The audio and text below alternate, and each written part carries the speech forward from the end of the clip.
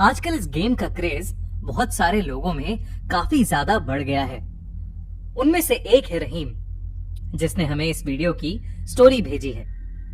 14 साल का रहीम दिन भर ग्रैनी गेम खेलता रहता था और किसी की कोई बात नहीं सुनता था। उसके पेरेंट्स उससे बहुत परेशान हो चुके थे क्योंकि वो अब पढ़ाई में ध्यान नहीं देता था। रहीम की एडिक्शन दिन ब दिन बढ़ती जा रही थी। एक रात जब रहीम ग्रैनी गेम खेल रहा था, तभी अचानक ही उसका फोन बंद हो गया। उसने अपना फोन वापस ऑन करने की कोशिश की, पर कुछ नहीं हुआ। रहीम को लगा कि शायद उसके फोन की बैटरी खत्म हो गई है, तो वो अपनी अलमारी से चार्जर निकालने के लिए उठा। तभी उसे लगा कि जैसे उसके कमरे की तरफ कोई आ रहा है। उसने दरवाजा खोल कर देखा तो वहां दूर दूर तक कोई नहीं था। रहीम ने अपना चार्जर निकाला और फोन को चार्जिंग पर लगा दिया। उसने फिर अपना फोन ऑन करने की कोशिश की, पर उसका फोन फिर भी ऑन नहीं हुआ।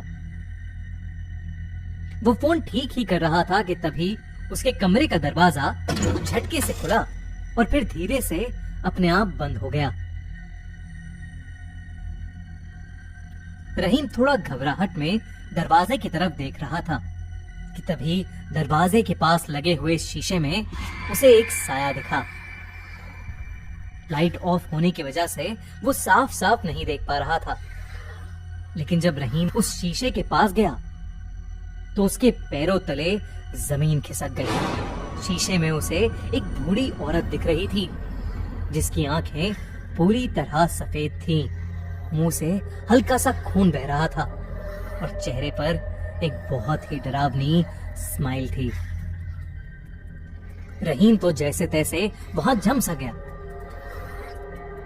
वो एक टक लगाए उसी औरत को देखे जा रहा था और तभी उसे लगा कि जैसे वो औरत उस शीशे से बाहर आने की कोशिश कर रही है। उसने अपना हाथ रहीम की तरफ बढ़ाया और रहीम को एक बहुत तेज सा खिंचाव फील हुआ। वो जैसे तैसे भागकर अपने बिस्तर में घुस गया।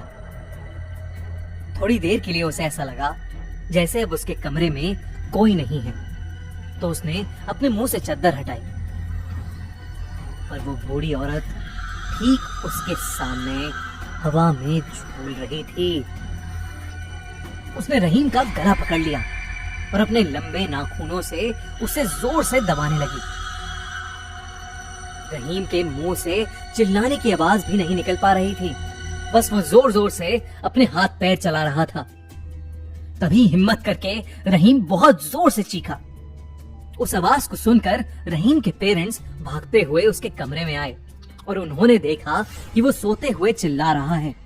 उसकी मॉम ने उसे नींद से जगाया और उसे बताया कि वो सपना देख रहा था, लेकिन उसकी मॉम बात करते हुए रुक गईं जब उन्होंने देखा कि रहीम के गले पर असली के नाखूनों के निशान थे।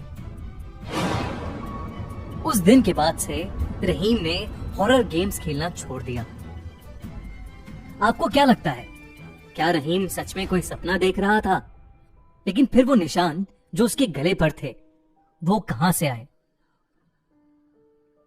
क्या आपको भी हॉरर गेम्स खेलने के बाद बुरे सपने आते हैं?